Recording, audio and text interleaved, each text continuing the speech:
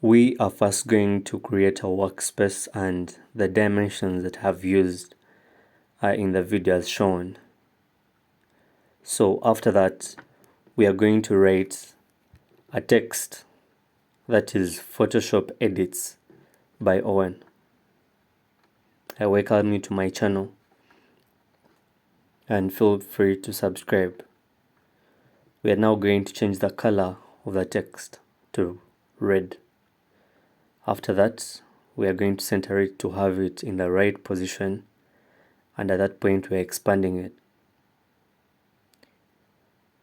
Next, after that, you go and select a polygonal lasso tool, and then you are going to make the lines as you can see the way I'm making. And after joining it, you want to come down and create a layer mask. After that, duplicate the layer of the layer mask. After duplicating it, you're going to click Ctrl I to inverse the layer. After inversing the layer, you want to come and click the move tool and then move the layer down that we clicked the Ctrl I, move it down onto the side.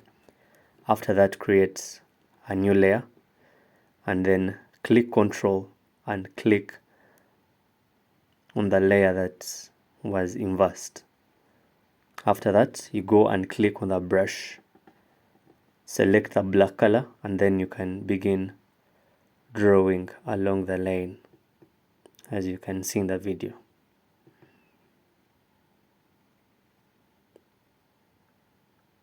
So we are going to draw along, and don't forget to press the Ctrl I to inverse the layer. Once again, I'm a graphics designer. I do photo edits and also create posters, flyers, and also design logos. So feel free to check my account on FIVERR. The link is in the description below. So after drawing that with a brush, we want to come to our opacity under the layers and then reduce it to 50. And we are done. Yeah, so that is it for this video. Thank you for watching.